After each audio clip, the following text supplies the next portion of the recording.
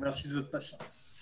Voilà, donc bonjour à tous et à tous. Voilà, donc je vais vous présenter une petite conférence sur les fascias et notamment la fasciapulsologie.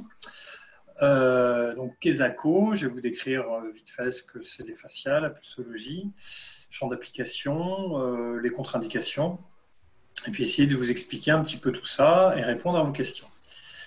Voilà. Est-ce que déjà vous avez des questions comme ça qui brûleraient les lèvres ou on se lance dans de suite l'explication des fascias? Pas de questions? D'accord. Alors les fascias, est-ce que tout le monde sait ce que c'est ou pas? À peu près, d'accord. Quelqu'un d'autre? Moi, c'est la membrane fine qui enveloppe les muscles. Ok. Autre chose? Les muscles et tous les organes, je pense. Il n'y a pas que les muscles. Enfin, je pense que c'est Oui, partout dans le corps et c'est des membranes qui glissent comme ça les unes sur les autres, qui permettent le mouvement, qui permettent une bonne circulation. Ok. Ouais, super, j'ai des bons élèves. Alors les fascias, ça va être des tissus conjonctifs, donc des tissus qui vont être reliés entre eux. Et ils vont avoir la particularité effectivement d'avoir différentes fonctions, on va les voir, et puis d'envelopper les muscles, mais pas que, les organes, les os, les nerfs, les vaisseaux sanguins, etc. Et puis, alors je vais vous montrer, j'avais préparé des petites photos. Voilà. On va partager tout ça. Tac, tac. Voilà. Je l'écran, celui-là. Tchac. Voilà, donc là on a les fascias, tout le monde les voit. Oui. Voilà. Donc ça c'est des fascias, donc c'est une espèce de... Ça ressemble souvent, on compare à une toile d'araignée. Alors ça va être des tissus qui vont former comme une espèce de trame tout à travers le corps et qui vont relier différentes parties du corps. Donc comme j'ai dit, que ce soit les organes, les muscles, les os, les nerfs, etc. Et puis ils vont avoir la particularité entre eux, eh ben, ils vont pouvoir s'échanger des informations, que ce soit au niveau de la proprioception, que ce soit au niveau de la mécanique du corps, que ce soit au niveau de transmission de force, puisque quand on va agir au niveau de nos structures, que ce soit avec les os, avec les muscles, les fascias, eux, vu qu'ils enveloppent tout ça, ils vont aussi venir maintenir l'ensemble et ils ont une certaine élasticité. Donc, ils vont aussi servir quelque part d'amortisseur, de maintien et de protection par rapport à que ce soit des chocs, que ce soit des mouvements brusques, des choses comme ça. Donc, ils ont toute une partie mécanique qui est très intéressante. Il n'y a pas que les os, les muscles, tendons, etc., qui vont participer à la mécanique. Les fascias, ils vont participer à la mécanique aussi d'une manière globale. C'est pour ça qu'en fasciapulsologie, par exemple, on va travailler un individu d'une manière globale. On ne va pas uniquement travailler, si par exemple quelqu'un vient nous voir avec un problème d'épaule, on ne va pas que traiter l'épaule. On va voir où le problème il se rattache. Donc, des fois, ça peut être à un organe, des fois, ça peut être à une autre partie de toutes ces structures de fascia et toutes ces structures qui va permettre la biomécanique du corps. Voilà, donc je vous montre quelques exemples de fascia. Il faut savoir qu'il y a les fascias, ça existe depuis toujours, enfin depuis que l'homme est là en tout cas, mais ça a été étudié, c'est vraiment étudié, on va dire, depuis un peu plus de 10 ans, c'est vraiment dans l'air du temps. Au niveau de la découverte, alors dans les recherches que j'ai faites, il y a un monsieur qui s'appelle Marie-François Xavier Bichat, qui est né à Thoirette dans le Jura. Donc pour ceux qui sont du Jura, bah, ça fait un petit chaud au cœur. Et qui, lui, c'est la première fois dans un traité de tissu du corps humain où il utilise le terme de fascia. Donc fascia qui veut dire bandelette ou ruban. Et voilà, donc c'est la première fois qu'on entend parler dans un ouvrage de médecine des fascias. Alors peut-être ça a été étudié avant, en tout cas on en a, jusqu'à preuve du contraire, on n'a pas de traces. Il y a, je crois en 2018, si je ne me trompe pas, dans la revue Nature qui a fait un article en titrant que c'était le 80e organe découvert au niveau du corps humain. Donc, il le considère vraiment comme un organe dans le sens où il a des fonctions propres. Alors, est-ce que j'ai d'autres photos? Voilà. Les fonctions, je vous en ai parlé. Je vais regarder un peu mes notes. Donc, on a compris qu'il y avait une fonction de soutien, puisqu'il va maintenir les organes dans leur enveloppe, il va maintenir les muscles aussi dans leur enveloppe, permettre aux muscles de s'articuler entre eux, c'est-à-dire que quand ils vont se frotter comme ça entre eux, le fait d'avoir une enveloppe, ça va éviter trop de frottements. Ça va permettre une bonne mécanique, si je puis dire, du corps. Ils ont une fonction de communication et de transmission, j'en ai parlé tout à l'heure avec la proprioception, c'est-à-dire que imaginez tous ces fils qui sont reliés entre eux, qui forment une toile. S'il se passe quelque chose au niveau de notre cheville, il va y avoir bien sûr des influx nerveux qui vont indiquer à notre cerveau, notre moelle épinière, qu'il y a effectivement tel déséquilibre, etc.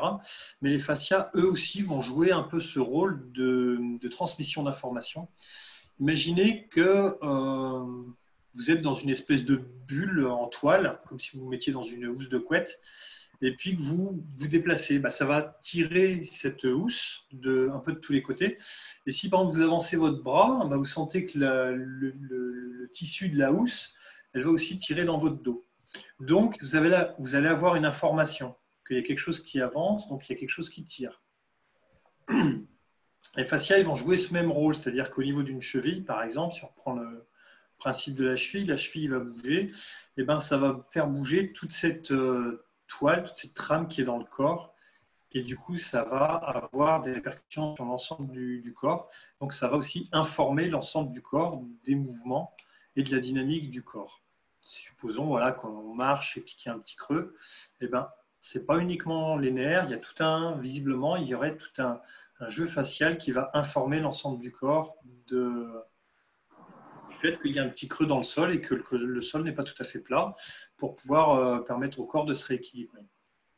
Voilà un petit peu les principes. Alors, je vous ai montré aussi, j'ai trouvé une photo que je trouve vraiment très sympa. C'est une photo des pierres, si je ne me trompe pas. Et on a le schéma de la toile d'araignée. C'est pour vous expliquer comment une autre image qui vous permet de comprendre comment ça fonctionne. Alors en plus, la toile d'araignée, elle est très intéressante celle-ci parce qu'elle ressemble à des fascias. Et la toile d'araignée, faut savoir que quand il y a un insecte qui arrive dans la toile, l'araignée elle est au centre de la toile. Et la vibration de la toile, de l'insecte qui arrive, qui est pris dans la toile, va transmettre l'information sur l'ensemble de la toile. Et l'araignée, généralement, elle est dans un coin de la toile, et quand elle sent la vibration, elle sait à quel endroit l'insecte est arrivé sur la toile. Du coup, elle se jette dessus, elle peut faire un cocon et le manger. Dans le corps, c'est un peu la même chose, sauf que c'est pas à plat, une toile d'araignée, c'est aussi en 3 dimensions, mais c'est globalement assez plat. Dans le corps, ça va être un peu plus en 3 dimensions, puisque ça va vraiment être un ensemble de tissus, un ensemble comme des poches, des tissus qui vont s'entremêler comme ça, avec une logique, bien sûr, la logique du corps humain et de la vie. Mais tous ces tissus, toutes ces poches, toutes ces fibres, toute cette toile d'araignée va permettre toutes les fonctions qu'on a évoquées tout à l'heure, de transmission, de biomécanique, etc. Est-ce que vous avez des questions sur ce qu'on vient de voir maintenant, avant que j'aborde d'autres fonctions des fascias? Ouais, moi, je voulais savoir, en fait, donc on parle de communication. Justement, il y aurait une mémoire par rapport aux événements. C'est-à-dire que, par exemple, dans mon cas, je fais du trail, donc autant dire que les genoux, par exemple, en prennent plein la tête. Et j'ai fait justement de la proprioception et j'ai remarqué que, du coup, ça allait mieux. Donc, je pense que ça doit en faire partie, justement. Alors, je voulais savoir, du coup, le mécanisme, en fait, Ouais. Alors je vais en parler de la mémoire. Bonjour Catherine qui nous a rejoint. Je vais y venir. C'est un point que je voudrais aborder après, les différentes fonctions. Alors, il y a des fonctions aussi de défense et de protection. Au niveau des chocs, pendant très longtemps, les fascias étaient considérés comme du tissu conjonctif un peu. Je peux prendre une image peut-être qui n'est pas très, comment dirais-je, anatomique, mais un peu comme une éponge qui viendrait amortir les chocs.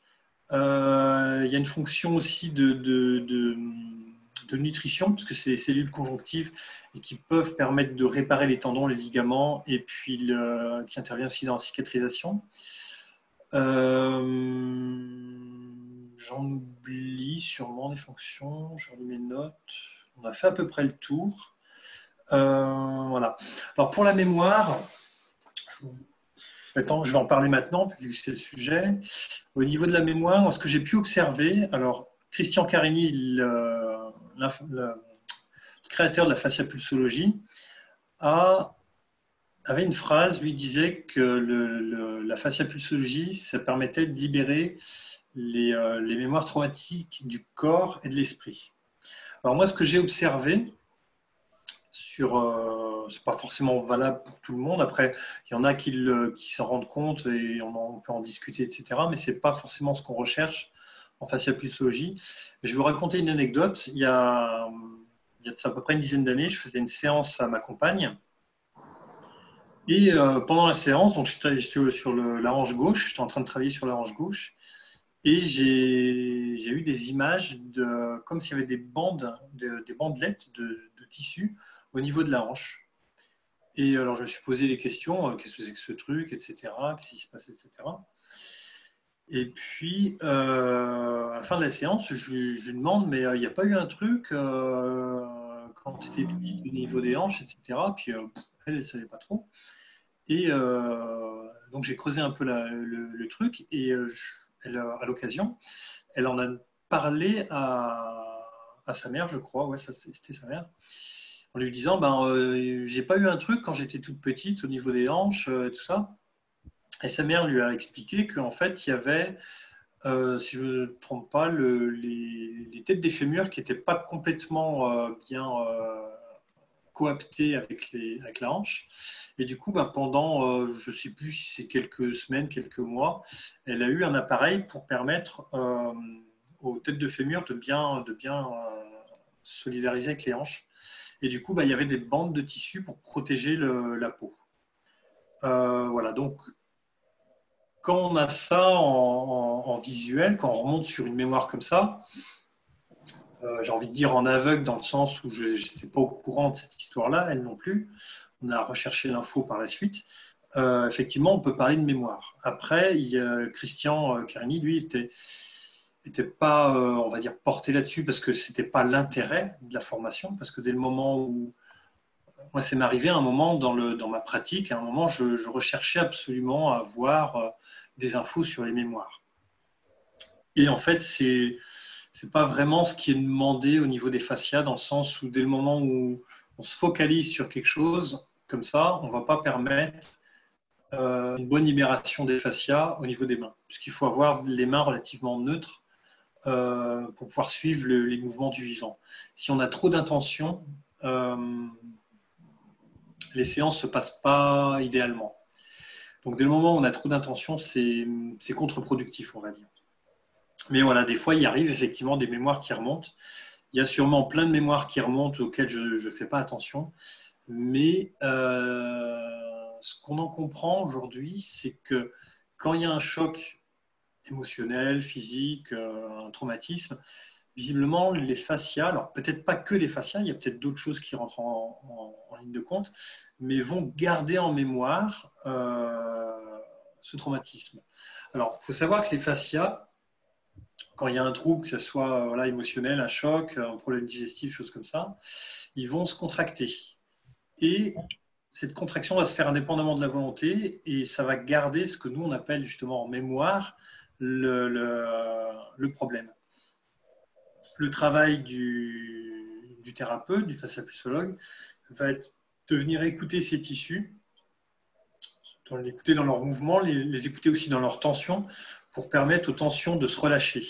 Et dès le moment où les tensions se relâchent, donc là, il peut y avoir des mémoires qui remontent ou qui partent, et ça va créer un mieux-être au niveau de la personne. Si je reprends tout à l'heure l'histoire de la housse de couette qui est autour de nous, imaginez que vous êtes dans une housse de couette qui est trop petite, vos mouvements ne vont pas être agréables. Vous allez vouloir avancer, ça va tirer de tous les côtés, etc. Je prends un autre exemple. Imaginez que vous avez un mât de bateau avec des haubans de chaque côté. Si les haubans ne sont pas bien équilibrés, il va y avoir une mauvaise structure au niveau du mât du bateau et du coup de l'ensemble du bateau. Vous avez un mât, vous avez la coque, ici vous avez des haubans. S'il y a un hauban qui tire trop d'un côté, ça va tirer sur le mât, mais ça va aussi forcer sur la coque. D'accord ? C'est hyper basique comme explication. Et du coup, il y aura un relâchement de l'autre côté. Enfin, il va y avoir pas un relâchement, pardon, il y aura des tensions aussi de l'autre côté qui ne seront pas équilibrées. Du coup, ça va solliciter sur le mât, mais aussi sur la coque. Au niveau des fascias, là, c'est très schématisé, mais au niveau des fascias, c'est un peu la même chose. C'est-à-dire que le corps, il va y avoir des tensions à certains endroits et pas à d'autres. Et du coup, le corps va de lui-même rééquilibrer sa structure. Petite anecdote, il y a Berthera, j'ai perdu son prénom, qui a mis au point l'antigymnastique. Il y a un moment, ils ont voulu Thérèse Berthera. Thérèse Berthera, merci. À un moment, ils ont voulu prendre des photos de sujets pour avoir des schémas types, avoir des phototypes pour expliquer les exercices, et se sont rendus compte qu'il n'y avait pas un seul corps qui était parfaitement équilibré. C'est-à-dire que, comme au niveau du psychique, au niveau de la structure physique, on a tout un tas de traumatismes qui font que pour continuer de vivre, d'avancer, la vie, le corps va devoir s'équilibrer. Et ça se fait au détriment d'autres choses. Donc voilà, on aura toujours une épaule plus haute qu'une autre, un peu plus avancée, un peu plus reculée. On aura plus de souplesse, par exemple, dans une jambe et moins dans une autre, etc. Ça fait partie aussi on va dire, du charme de la nature et de la vie. Est-ce que ça répond à ta question, Michael ? Oui, je pensais même pas que c'était aussi profond dans la mémoire, quoi. Mais du coup, ça fait du lien avec la pratique qu'on peut voir et parfois on ressent aussi des choses. Hein, et ce qui est le plus curieux, c'est que, comme je disais tout à l'heure, quand on pratique, quand on a fait des efforts physiques, d'une certaine manière, on sait d'où ça vient. Mais parfois, on peut aussi ressentir des choses sans forcément avoir fait d'efforts physiques. Et du coup, quand j'avais commencé à m'intéresser à ça, je me suis dit, tiens, peut-être que c'est la psychologie qui rentre en jeu sur les fascias. Alors, il y a sûrement de ça, dans le sens où là, je travaille avec un monsieur qui s'appelle Didier Thiellet, et lui travaille beaucoup sur l'aspect du vivant, sur l'aspect aussi, on va dire, psychologique de la personne, mais plutôt d'une manière psychologie quantique. Et il y a des liens, là, quand on travaille dessus, il y a des liens très clairs avec avec j'ai envie de dire la structure, avec la biologie de l'individu. Après, ce que je trouve intéressant, c'est de travailler sur les deux plans, puisque on arrive à résoudre certaines choses avec le travail de Didier et d'autres avec le travail de fascia, et les deux sont hyper complémentaires. Donc voilà, c'est des choses qu'on est en train de regarder là, en ce moment, entre autres. Et c'est vraiment, je trouve, quelque chose qui est très complet. Après, par rapport à ta question de genou, par exemple, je rebondis dessus pour articuler mon discours. Tu as un problème de genou, peut venir effectivement trop forcé sur l'articulation, etc. Mais ça peut être aussi lié à complètement autre chose. Ça peut être lié, comme on disait, à une mémoire, ça peut être lié à un organe, ça peut être lié à effectivement à quelque chose de... Ça peut être lié à un stress, ça peut être lié à un vécu une réaction par rapport à ce qui t'entoure, à des choses comme ça, et ça se répercute à telle ou telle partie du corps. Moi, ce que j'ai pu observer, c'est qu'il y avait globalement 3 sources de pathologies que je retrouvais au niveau du travail que je peux faire sur les fascias. Il y avait tout ce qui était digestif, mauvaise alimentation, des choses comme ça. Après, il faut savoir que d'une manière imagée, on digère la vie de tous les jours. Donc on le digère d'une manière physique quand on mange, mais on digère aussi ce qui se passe dans notre vie de tous les jours. Il y a des fois, il y a des choses qui passent pas très bien. Et on le retrouve souvent dans la digestion aussi, en dehors de la digestion physique, j'entends.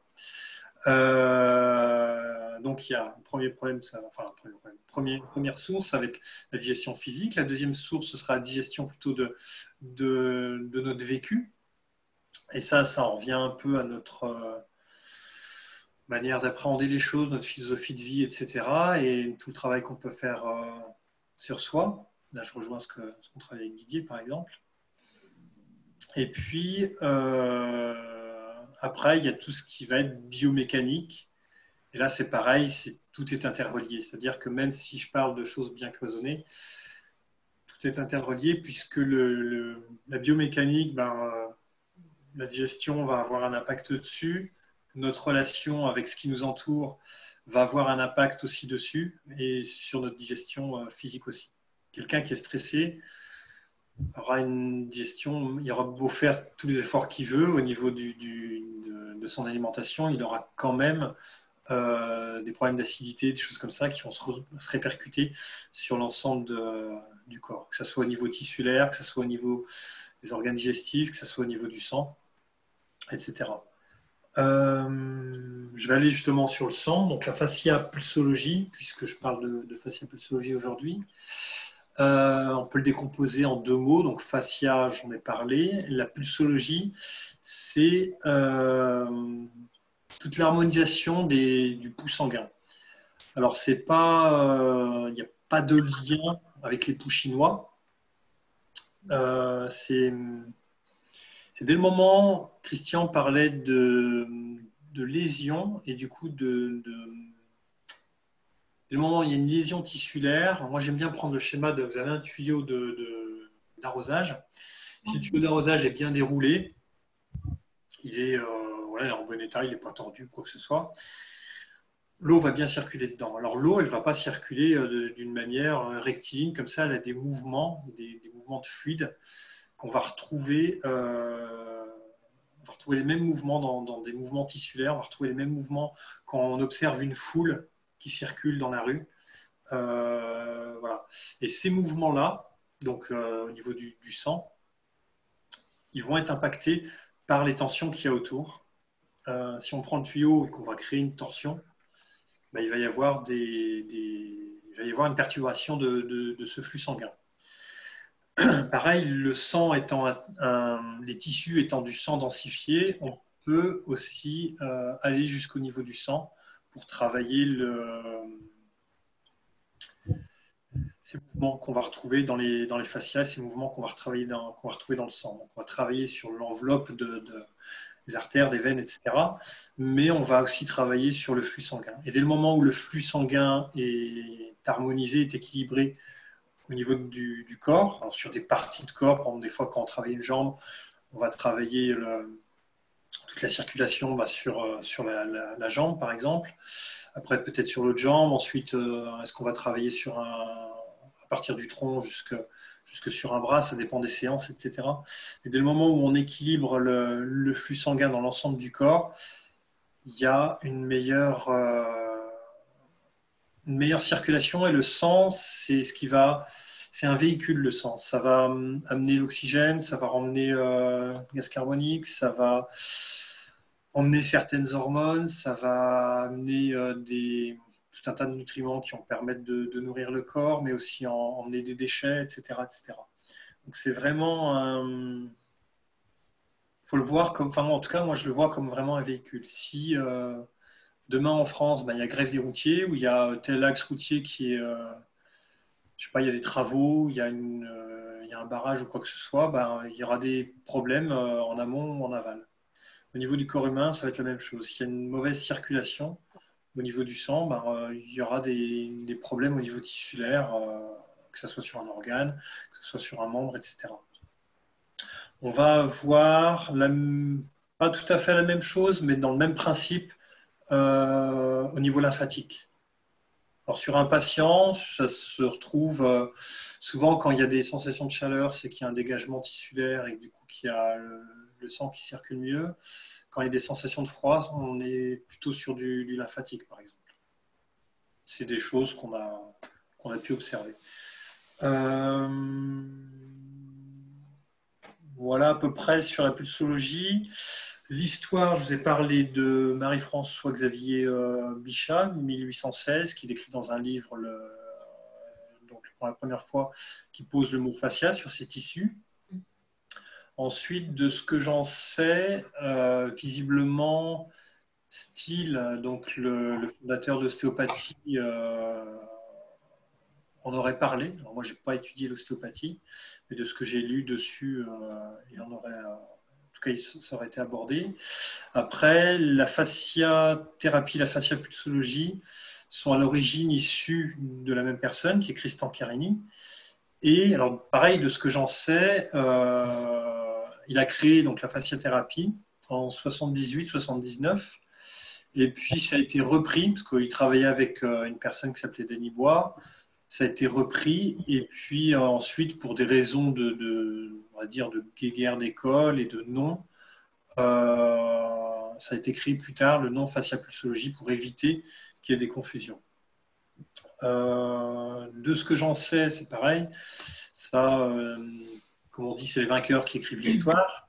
J'y étais pas. Christian il a été atteint de cécité très, très jeune et il a développé en fait un toucher particulier qu'il va ensuite développer en créant la fasciapulsologie. Et ce toucher lui a permis de sentir tout un tas de micro-mouvements, tout un tas de mouvements au niveau du corps, notamment au niveau de ses proches, sa mère, sa grand-mère, qui soignait par exemple des douleurs de dos, des choses comme ça, sans forcément au début savoir vraiment ce qu'il faisait. Il y avait un médecin de famille qui observait ça, qui se rendait compte qu'il y avait quelque chose. Et c'est visiblement grâce à tout ça qu'ils ont pu mettre le doigt sur le fait que ce soit les fascias qui étaient travaillés. Voilà, que vous dire d'autre? Je peux te poser une question? Oui, vas-y. J'ai regardé un petit peu ce que c'était. C'est par rapport, ça passe sur YouTube, hein? De quoi? Là, notre Zoom, il passera sur YouTube. Logiquement, oui, je vais utiliser comme support. Non, c'est pour savoir juste. Donc, c'est quelqu'un qui a des fractures de métacarpien. Est-ce que ça peut agir? Et il y a aussi c'est plus moelle osseuse, mais c'est génétique. Ok. C'est pas encore porteur, mais sans être actif. Les porteurs transmis génétiquement, quoi. D'accord. C'est pas activé, mais il y a la CRP, il y a enfin tous les fibrinogènes, tout ça qui sont anormaux, on va dire. Alors, tout ce qui est... Alors, je vais utiliser ce que tu me dis pour rebondir sur justement le champ d'action de la fasciapulsologie. Voilà, c'est ce que je veux savoir. Tout à fait. Tout ce qui est fracture, on pourra le travailler, mais sans travailler la fracture directement. Comme j'expliquais, par exemple, s'il y a quelqu'un je prends l'exemple de quelqu'un qui a une fracture et qui a un membre dans le plâtre, on ne va pas travailler directement le membre, puisqu'il y a fracture, on ne touche pas. Mais là, c'est métacarpien. Donc, les métacarpiens, de toute façon, il n'y a pas de plâtre, c'est pas touché quelque part. Peu importe, même s'il n'y a pas de plâtre, d'accord, il y a une attelle, il y a ce que l'on veut dessus, même s'il n'y a pas de ce qu'on demande, avant tout, c'est un diagnostic. C'est-à-dire que si on pense que c'est une foulure ou un déchirement, une fracture, on ne sait pas, on demande systématiquement, on n'est pas médecin, on n'est pas habilité à poser de diagnostic ou quoi que ce soit, d'accord, interrompre de traitement ou quoi que ce soit. On est là juste pour aider et améliorer la la santé ou les traitements qui sont en cours. Dès le moment où il y a un problème, on demande un avis médical, on demande une radio. Et si effectivement il y a fracture à un endroit, on ne va pas y toucher, puisqu'il y a fracture. Par contre, on pourra travailler d'autres parties du corps et on pourra travailler notamment le membre opposé. Puisque les membres, ce qu'on observe, nous, c'est que quand il y a par exemple une fracture à la jambe gauche, on vient travailler la jambe droite, ça va améliorer il y a comme un jeu d'équilibre, si tu veux, entre les tissus. Et Alors là, c'est les 2 pieds. Hein. Ok. Désolée. D'accord. C'est les 2 pieds. Alimentaire, c'est fait. Psychologique, c'est fait. Et c'est pour ça que fasciathérapie, ça n'a pas fonctionné. L'EFT, un petit peu. C'est pour ça que je venais. Ok. C'est pareil, on travaillera sur d'autres choses, mais on ne travaillera pas directement sur la fracture, ce que je voulais dire. Ensuite, si effectivement il y a fracture que sur une partie d'un membre, on va travailler l'autre membre, et comme je l'expliquais tout à l'heure, ça va équilibrer l'ensemble. Après, il faut savoir que dès le moment où on travaille, même à distance du membre, on pourra venir travailler le buste, on va décontracter le diaphragme, les organes, etc., qui sont sous. Ça va apporter un mieux-être, dans le sens où ça va permettre une meilleure circulation, une meilleure digestion. Donc, ça va permettre au métabolisme du corps de mieux fonctionner. Donc, ça va augmenter les chances d'une meilleure réparation. C'est pareil, quelqu'un qui aurait des traitements lourds, chimiothérapie, etc. Nous, notre travail, on ne va pas... sinon, ça se serait, si on soignait des cancers, des choses comme ça, d'accord ? On a un cabinet qui seront remplis.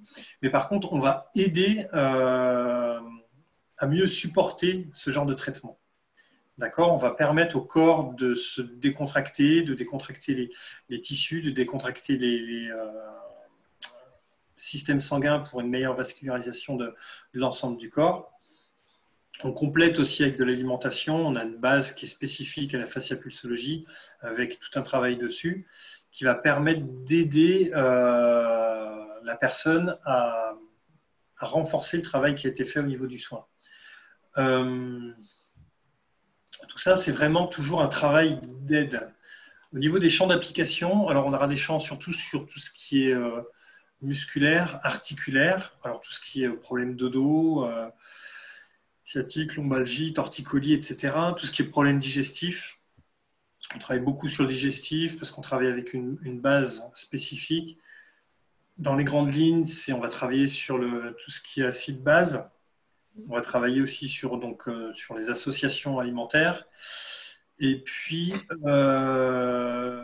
on travaille aussi les organes. Donc, s'il y a un estomac, par exemple, qui est pour X raison contracté, qui est en lien avec... par exemple, la base du poumon qui est en lien avec par contact, par fascia, au niveau embryologie, que les organes se touchent, sont en contact. Si un organe est contracté, il va impacter les organes qui sont autour. Donc, dès le moment où on va décontracter un organe, ça va avoir des répercussions sur ceux qui sont autour. Et pareillement, si on décontracte tous les tissus qui sont autour, en majorité des tissus qui sont autour, on va avoir un meilleur fonctionnement de la mécanique interne, si je peux prendre ces mots-là. Donc, on va toujours essayer d'améliorer le fonctionnement global qui va permettre de soigner tout un tas de choses. Soigner ou d'améliorer tout un tas de choses. Après, il y a beaucoup d'actions sur tout ce qui est stress, anxiété, puisque on vient énormément détendre les tissus. Souvent, les gens, les réactions qu'ils ont, c'est... alors, il y a des gens qui ne sentent rien, il y a des gens qui sentent extrêmement bien ce qui se passe. Et globalement, il y a beaucoup de gens pour qui ça détend. Il y a une détente qui est assez profonde, puisqu'on vient travailler sur des fascias pas superficiels, mais plutôt en profondeur. Et voilà. Ce que je veux dire d'autre, est-ce que je peux répondre à ta question aussi en te disant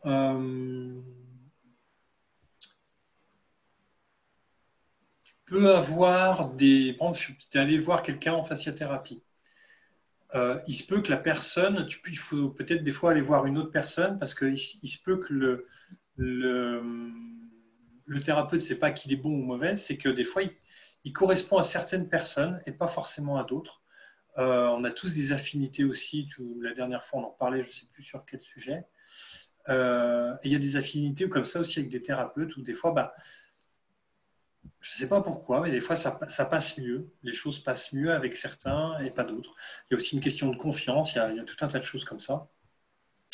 Ensuite, une séance, c'est difficile des fois de se baser sur une séance. Au bout de 2-3 séances, alors, des fois avec une séance, ça suffit. On a du résultat, on a des choses qui se sont passées. Des fois, il faut 2-3 séances parce que la personne, il faut qu'elle prenne confiance aussi dans le processus, dans le travail de soins. Moi, je vois des fois sur certains patients, ils sont tellement anxieux que sur une séance, on va juste faire un travail de fond, de simplement relâcher un peu l'anxiété. Et là, il n'y a pas d'anxiété. Hein, ça, c'est hyper. Je donne un exemple. Sur des fois, c'est pas en France, donc je peux pas. Je suis obligée de. Je continue. J'ai suivi la clientèle, on va dire, à distance, mais voilà. Je suis en France, moi, et la personne, elle n'est pas en France. Elle n'est plus en France. Des fois, voilà, il y a des fois donc je reviens à un système de. Je vais parler de 2-3 cas. Il y a des fois la personne est assez tendue, donc on a un peu de mal à. C'est pas qu'on a du mal à rentrer dans le corps, c'est que le corps a du mal à s'ouvrir et à se relâcher. Donc il y a, comme je parlais, une notion d'anxiété, notion de confiance aussi. Donc généralement, il faut des fois quand des gens comme ça qui arrivent sur la table, il faut une séance pour que la personne commence à se relâcher, puis avoir confiance un peu plus dans la séance, parce que c'est pareil, on ne sait pas forcément qu'est-ce qui va se passer, comment se passe une séance, etc. Après, souvent, ce qu'on observe aussi, c'est qu'il y a des différentes couches de tension, c'est-à-dire que des fois, sur une séance ou deux, on va dégrossir le travail, et puis il faudra peut-être une deuxième ou une troisième séance pour aller un peu plus en profondeur et aller un peu plus à la racine de la problématique. Voilà. C'est pareil aussi pour ancrer un travail qui a été fait. Des fois, il faut 1, 2, 3, 4 séances pour ancrer un certain travail. Moi, des fois, j'ai des patients qui reviennent. Je vois que le corps a énormément bougé, du coup, on peut travailler autre chose. Il y a d'autres choses qui ressortent. Et puis, des fois, il y a certaines choses qui ont bougé. Par exemple, il revenait avec un problème d'épaule. Ça va mieux, mais il y a encore de la gêne, il y a encore des choses. On va retravailler encore. C'est un petit peu comme quand on travaille sur un travaux dans une maison, ou un jardin. On va faire une partie, puis on se rend compte qu'il y a encore quelques herbes qui ont poussé. Hop, on va redésherber, on va retravailler d'une autre manière pour pouvoir finir ce qu'il y a à faire.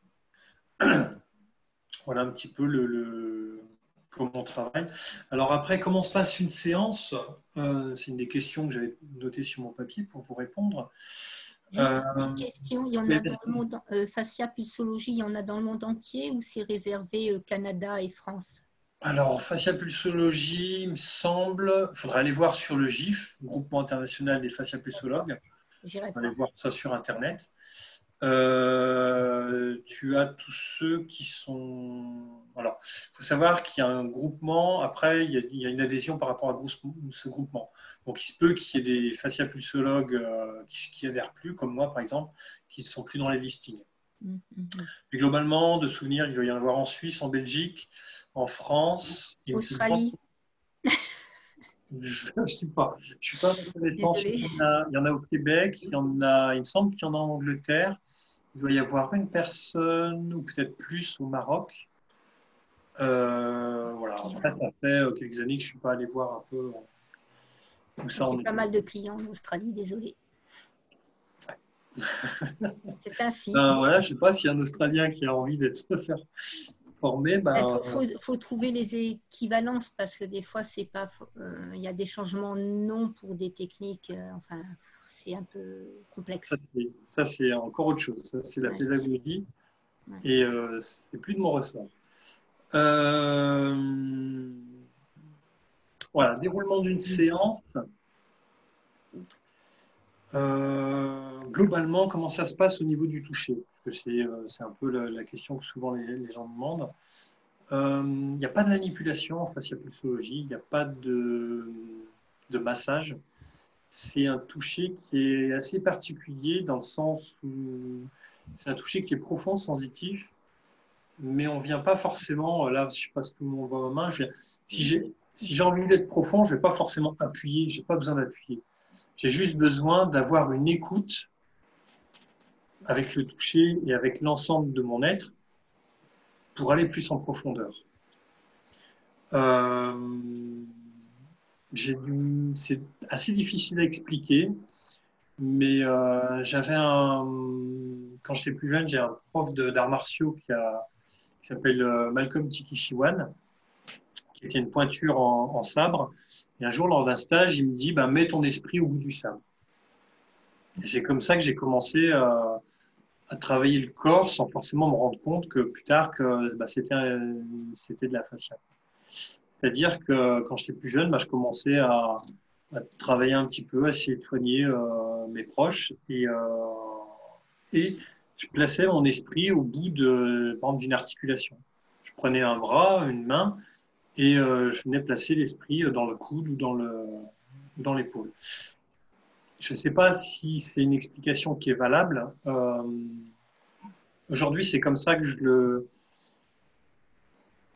ressens au niveau du toucher. C'est-à-dire qu'on vient poser la main, on vient écouter les tissus, et en écoutant les tissus, on peut, comme si on faisait qu'un avec le corps de l'autre, on peut venir, si on est sur une cheville, on va travailler un scaphoïde par exemple, on vient travailler un organe qui est à l'autre bout du corps. Ou tel orteil, on va travailler tel autre organe, ou tel, je sais pas, le péroné, on vient travailler la clavicule ou autre chose. C'est une écoute qui est profonde, qui est, j'ai presque envie de dire, je ne sais pas si on peut appeler ça de la pleine conscience, mais en présence, et c'est comme si on faisait qu'un avec le corps de l'autre. Du coup, ça nous permet de rentrer dedans et de pouvoir travailler ce qu'il y a à travailler. Alors après le travail, on peut y mettre de l'intention, mais ce n'est pas l'objectif. Ce qui est intéressant, c'est de venir écouter ces tissus. Et dès le moment où on écoute les tissus et on laisse faire les mouvements tissulaires, le corps et la vie qui circule dedans, c'est très bien ce qu'il y a à faire. Et c'est très bien comment se rééquilibrer de par lui-même. Souvent, je prends l'exemple on va voir quelqu'un, je sais pas, un de nos meilleurs amis, par exemple, puis on lui parle de nos soucis du moment parce qu'il y a des choses qui ne vont pas. Mais le fait d'être écouté, ça nous fait du bien. C'est un petit peu la même chose dans le sens où dès le moment où les tissus sont écoutés dans leurs lésions, dans leurs contractions, c'est comme si ça les invitait à se relâcher et à se rééquilibrer. C'est assez particulier. J'ai envie de dire, c'est comme beaucoup de choses, il faut le vivre pour le comprendre. L'expliquer par des mots, c'est pas toujours évident, je trouve, de comprendre ça. Est-ce que vous avez des questions par rapport à ça, par exemple? Les corrélations, ça n'a rien à voir avec les méridiens d'acupuncture. On parlait tout à l'heure. Non, de ce que j'en ai étudié, de ce que j'ai pu voir, il n'y a pas de. Après, on en parlait, Christian Carini nous disait, pour l'époux, qu'il n'y avait pas de lien avec l'époux chinois ou autre. Il y a d'autres systèmes de poux ailleurs, chez les Mongols, chez les Tibétains, etc. Après, c'est des transmissions qui se font depuis des siècles. Au niveau tissulaire, non, il n'y a pas de lien puisqu'on n'a pas les mêmes organes. Par exemple, en réflexologie, on n'a pas les mêmes organes qu'en fascia. Sur une main, sur un pied, par exemple. voilà. Il y a des choses qu'on va retrouver qui sont, comment dirais-je, percutantes, et il y a des choses qui sont complètement, qui n'auront aucun lien entre eux. Donc, bon. Après, il faudrait bien connaître les deux et étudier profondément les deux systèmes, et je n'ai pas cette faculté-là. Si j'ai une cartographie, je te le dirai tout de suite, parce que moi, je pratique l'acupuncture, donc je les ai les. Et nous, à l'époque... On a 12, hein, c'est pas énorme. Hein. Non, mais à l'époque où je faisais alors, je me suis intéressé, étant plus jeune, au méridien, puisque là, je travaillais aussi par Marceau. Donc, tout ce qui était soins, etc., orientaux, c'était intéressant. Et puis, je me souviens, il y avait Marie Troncy, qui était réflexologue. Christian lui avait posé des questions. Bah, tiens, qu'est-ce que tu vois comme organe et comme quel endroit, etc. Il lui demandait de regarder un pied. Et par rapport à ce pied, elle disait, il y a ça, ça, ça. Et il lui demandait, tu vois ça où, à tel endroit, tel endroit, tel endroit. Puis lui, il regardait, et au niveau fascia, il trouvait des choses qui étaient pareilles, il trouvait des choses qui étaient complémentaires, mais ce n'était pas du tout les mêmes endroits. Donc, voilà. Est-ce que vous avez des questions sur... Ouais, quand quelqu'un vient te voir, est-ce qu'il vient pour un problème particulier et puis tu vas... tu as un objectif, enfin tu vas écouter ce problème-là, même s'il n'y a pas d'intention, ça veut dire qu'il n'y a pas d'objectif. Ou est-ce que la personne, elle vient comme ça et puis c'est toi qui vas un petit peu chercher comme un détective à l'intérieur du corps, ou est-ce qu'il y a quelque chose à arranger, enfin... Ouais, alors il y a plusieurs choses. C'est-à-dire que il y a... Déjà, la personne vient nous voir, par exemple, avec un problème X ou Y. Supposons qu'elle vient avec un problème d'épaule. On va écouter la personne et, alors ça, logiquement, je n'en parle pas. C'est-à-dire qu'on écoute ce que nous dit la personne, on en prend note, mais on ne pose pas de diagnostic étant pas médecin, et on en tient compte dans le sens où... dans la logique de la séance, on peut retomber dessus, mais il se peut qu'on ne retombe pas du tout dessus. Je m'explique. Quand on fait une séance, on écoute avant tout le corps, et si le corps nous emmène dans un organe, dans une hanche, un genou, un pied, je prends des exemples complètement à l'opposé d'une épaule, par exemple, et on va aller là où nous emmène le corps. Et pareil, par jeu facial, il se peut que la personne ait eu un problème dans un organe, il se peut qu'elle ait eu un problème au niveau d'une telle ou telle articulation, qui fait que par voie de conséquence, au niveau de la... J'aime bien souvent prendre l'exemple d'une... On construit une maison, si les fondations sont bancales, le reste va être bancal. Là, c'est un peu pareil, il se peut qu'il y ait un problème une entorse de cheville qui a mal été réparée. Et puis, quelques temps plus tard, ça crée une douleur au niveau de l'épaule. Si on travaille l'épaule, on tient compte de la personne, on ne va pas aller résoudre le problème de la cheville ou le problème de l'organe. Du coup, on en tient compte pour nous, avoir une explication qui va rassurer notre intellectualisation de la chose, notre mental. Mais derrière, on écoute les tissus, on écoute les fascias. Et si on fait bien ce travail-là, effectivement, le problème d'épaule va s'améliorer, voire va carrément partir. Ensuite, alors, quand je disais il n'y a pas d'intention, bien sûr qu'on a tous plus ou moins une intention de résultat pour une séance. La personne attend de nous un résultat. Donc, il y a ça en jeu, même si ça, c'est plus propre au bonhomme, j'ai envie de dire, à moi. Il y a des fois, effectivement, je me dis, oui, je n'ai pas forcément besoin de résultats. Lâche plus la tête, va plus avec le vivant, plus avec le corps, et écoute plus les tissus. Les résultats, ils vont arriver. C'est toujours pareil, il y a une part de travail personnel de chacun, de psychologie de chacun. Ce que j'ai pu observer, c'est à trop chercher, à trop vouloir, à trop mettre d'attention, soit on bloque le travail qui doit se faire, puisque c'est une relation vivant à vivant, soit on va même créer notre intellect, et ça j'ai vu ça avec Didier, je trouve ça super intéressant, c'est que l'intellect, il va créer des choses qu'il a envie d'entendre. L'intellect on veut absolument avoir un mouvement ou avoir un truc, tout ça. Le cerveau, il n'est pas con. On veut avoir quelque part un résultat, une satisfaction, un mouvement, une libération, un machin. Ça va se créer. On va le ressentir alors que des fois, il n'y aura rien du tout. Ce que je trouve intéressant, le travail avec Didier, c'est que le fait de lâcher l'intellect, de lâcher le mental et d'être encore plus avec le vivant, c'est qu'on arrive à faire la différence avec ça. Je me souviens, Christian, une fois, il nous disait, on était en formation, il nous disait, sur une séance, il n'y a que 15% de votre toucher qui va vraiment être efficace ou qui va toucher du fascia.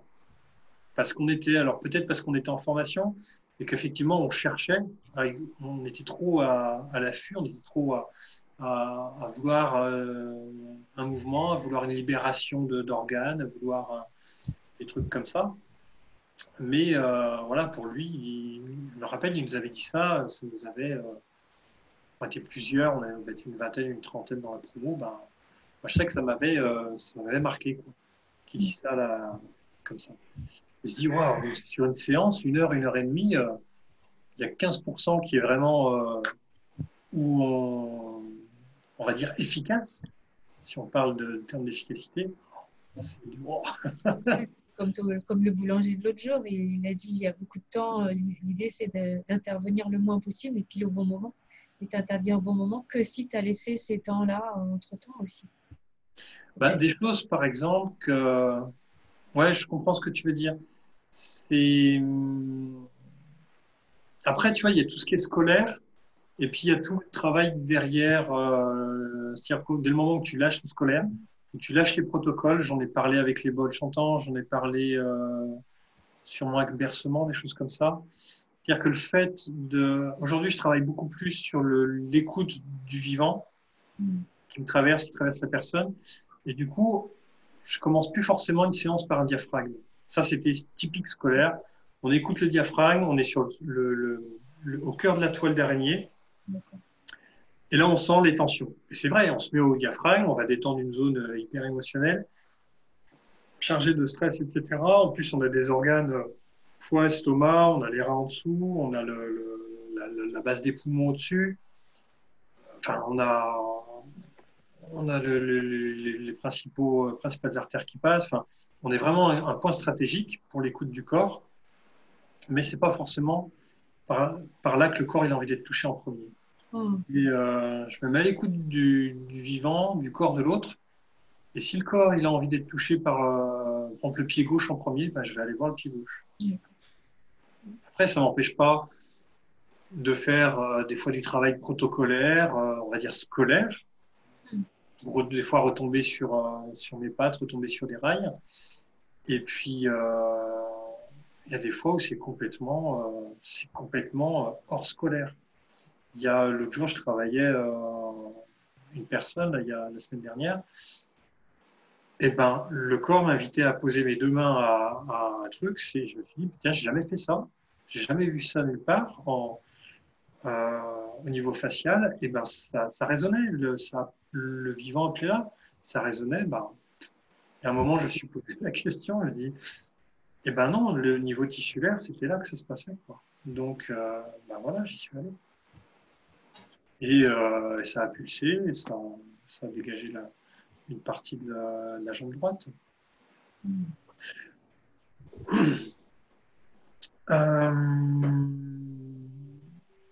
Des questions, autre chose? Qu'est-ce que je vais noter moi sur mes petites notes?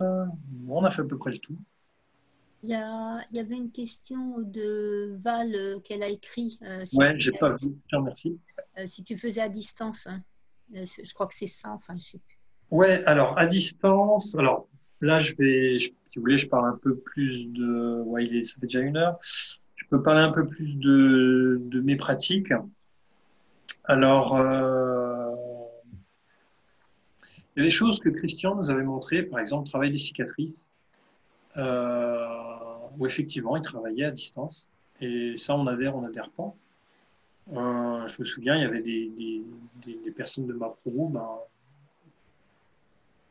je pense que ça, c'est pareil, c'est des choses que nous aussi, à l'époque, on s'est posé la question, on s'est dit est-ce que c'est possible ou pas, et voilà quoi. Puis à essayer, puis finalement, je sais pas si on peut dire adhérer, mais voir que oui, c'est possible, et puis il y a une logique dans le fonctionnement du vivant. Donc oui, je fais du travail à distance. C'est pas tout à fait la même chose, mais j'en ai discuté alors avec des amis qui sont aussi fasciapulsologues depuis très très longtemps, plus longtemps que moi. J'ai à peu près 13 ans de pratique. J'ai un ami qui s'appelle Philippe Bresse, qui est un des premiers élèves de Christian. Bah, lui me disait que je le comprends, qu'il préfère le toucher. Puisqu'on est en contact avec la cellule. Il y a quelque chose comment dirais-je, on est dans la matière. À distance, il y aura tout un travail qui va être fait, mais il y a plusieurs choses. Il y a effectivement le fait que, visiblement, il y a quelque chose de moins incarné. Ça, faudrait faire des tests, etc., pousser un peu plus les recherches là-dessus. Après, il y a toute une démarche aussi du patient qui n'est pas dans une démarche de mieux-être, dans le sens où si je reste chez moi, que je vais pas, que j'ai pas une action de vouloir aller mieux, il y a déjà au niveau de la dynamique du mieux-être, il y a moins de dynamique. Dans les hôpitaux, par exemple, il y a de plus en plus, avant, ils laissaient les gens se reposer, etc. De plus en plus, ils les incitent à bouger. Alors, on sait que le mouvement est très bénéfique pour le corps, d'une manière générale, mais il y a aussi une dynamique entre guillemets, de vouloir s'en sortir, de vouloir aller mieux, de vouloir guérir. Si la personne n'est pas dans cette dynamique, ne fait pas l'effort plus physique, c'est moins porteur. J'ai une amie d'ailleurs qui était de ma promo, qui me disait pensée, parole, action. C'est-à-dire qu'il y a d'abord la pensée, ensuite la parole qui est déjà un peu plus incarnée, ensuite l'action, de faire les choses qui est déjà encore plus dans l'incarnation.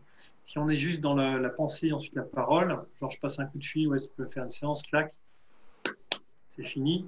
Il y a moins d'investissement de la personne pour aller mieux. Et ça, je trouve que c'est important.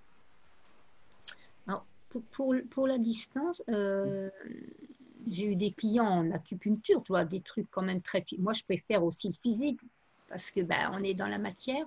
Mais bon, quand ils ne sont pas là, et j'en ai beaucoup qui ont déménagé, pas forcément à l'autre bout du monde, même en France, et donc ont expérimenté les soins à distance parce qu'ils voulaient que ce soit moi.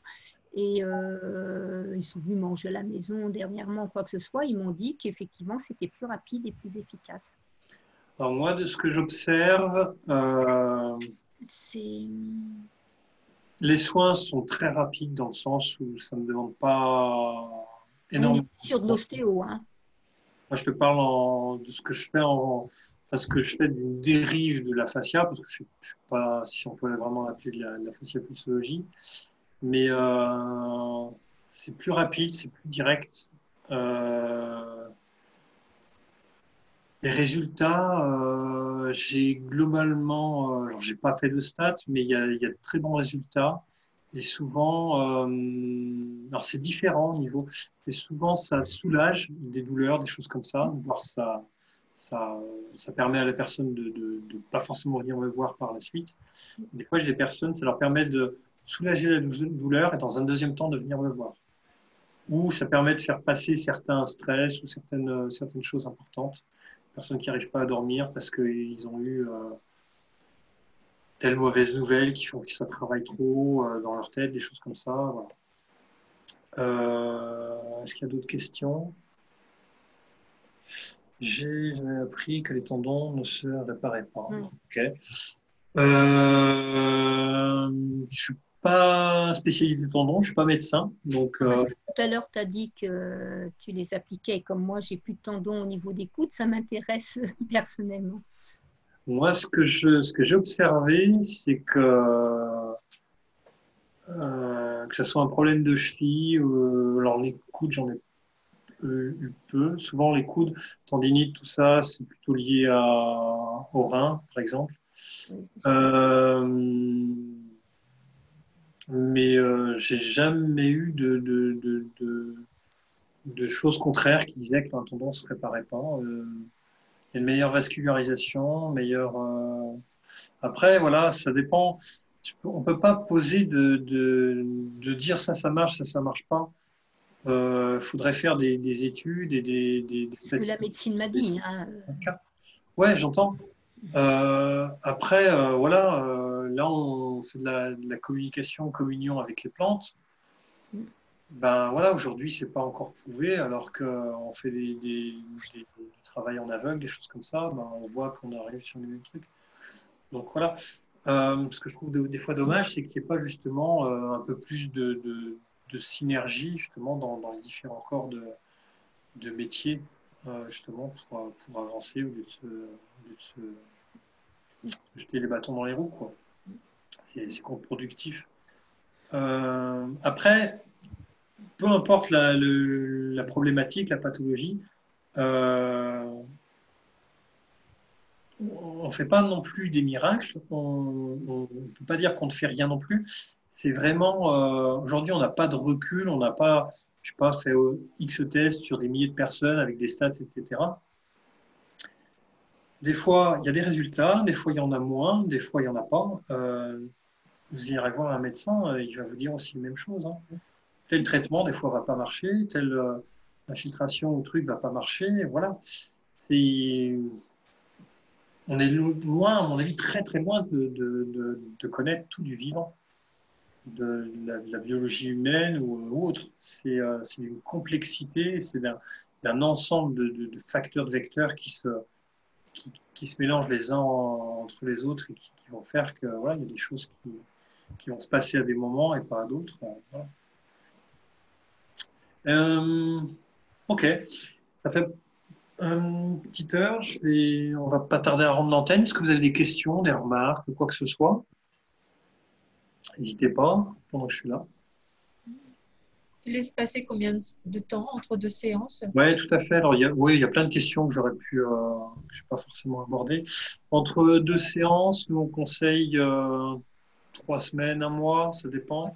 Après, sur des pathologies lourdes, sur des personnes qui ont des traitements lourds, des trucs comme ça peut être 2 semaines, voire ça peut être une semaine, mais c'est très rare. Il faut que laisser aussi le temps au corps d'assimiler les choses. Après, c'est pareil avec d'autres méthodes. Si par exemple la personne va voir un ostéopathe ou un réflexologue, on conseille pareil généralement de laisser 3 à 4 semaines pour que le corps puisse assimiler le travail qui a été fait. Souvent, je prends l'exemple, j'ai des patients qui me disent ah, bah, j'étais voir un tel, j'étais voir un tel, j'étais voir un tel. On dit prenez une jardinière, vous savez, une petite jardinière de balcon là, rectangulaire. Aujourd'hui, vous semez, je sais pas, des œillets, demain, vous semez du basilic, le lendemain, vous semez du persil. Au bout d'un moment, c'est le chaos total enfin, c'est le chaos organisé parce que la nature est bien faite. Mais pour prendre un exemple, on aura une espèce de fouillis. Le corps, c'est un peu la même chose. Si on lui donne des infos comme ça, il n'a pas le temps d'assimiler, il n'a pas le temps de se rééquilibrer pour pouvoir redonner quelque chose voir quel est l'impact de la séance. Autre chose? Hélène? Je sais pas, il y a quelqu'un d'autre? Oui, Nico, salut. Ah, salut Valérie. Juste une petite question. Est-ce que tu as un partage d'expérience sur des animaux, éventuellement toi? Tout à fait. Alors, il y a une époque, alors, je lui fais de la pub, il s'appelle Jérôme Dumont, il est vers Villefranche. Lui, il travaille avec les chevaux, par exemple. Alors, je sais qu'à une époque, il travaillait en fascia et en éthologie équine. Donc, lui, il a une expérience là-dessus. Moi, j'ai eu, par des amis et d'autres, j'ai fait des séances sur des chiens. Notamment, alors j'ai eu 2-3 cas. J'ai eu un chien, je crois que c'était blessé à un entraînement. Au bout de 2 séances, c'était résolu, 2 ou 3 séances. Ça remonte, ça fait plus de 10 ans. J'ai eu un chien aussi, c'est un Rottweiler qui avait eu, en plus c'était plus un problème lié au maître. Et d'après ce que j'en ai compris, c'est qu'il y avait eu visiblement un dressage un peu fort. Et voilà.